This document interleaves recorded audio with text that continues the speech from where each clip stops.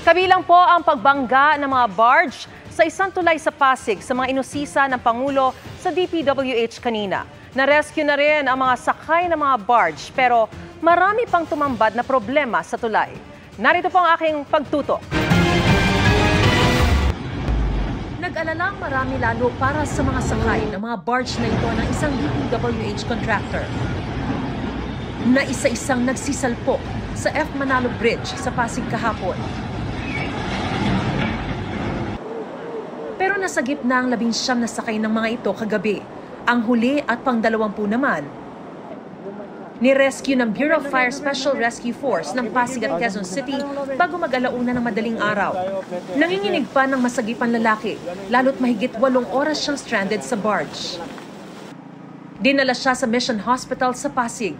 May kaba kasi yung agos ng tubig is napakalakas. Tapos yung mga barge dun sa likod, nag-uumpugan dun sa may tulay. Safe naman po lahat as far as we know.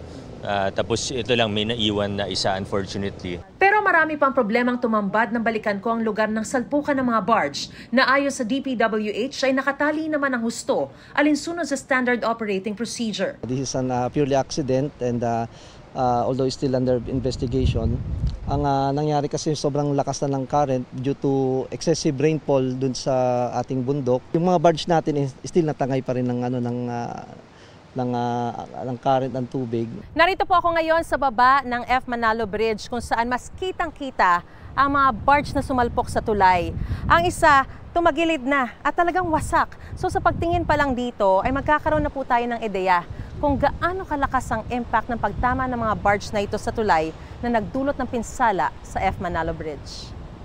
Wasak ang girder ng tulay o yung nag-hold ng bigat ng mga sasakyan dumaraan sa tulay. Marami ring critical na bitak kaya sarado muna sa mga motorista ang tulay na di tiyak kung hanggang kailan.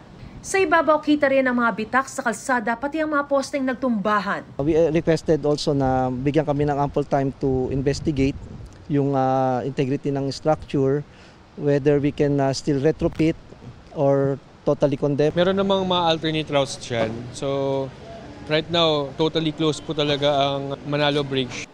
Ang pagbangga ng mga barge inusisa ng Pangulo sa situation briefing kanina. What we need to do there is to get an assessment as to whether or not we can use the bridge. Bukod sa tulay, may iba pang tinamaan ang mga barge. Tinamaan din po yung isa nating pumping station, isang floodgate sa may bunga, pero hindi naman po na damage at hindi na apektuhan yung operation. Para sa GMA Integrated News, Mariz Umali, nakatutok, 24 oras.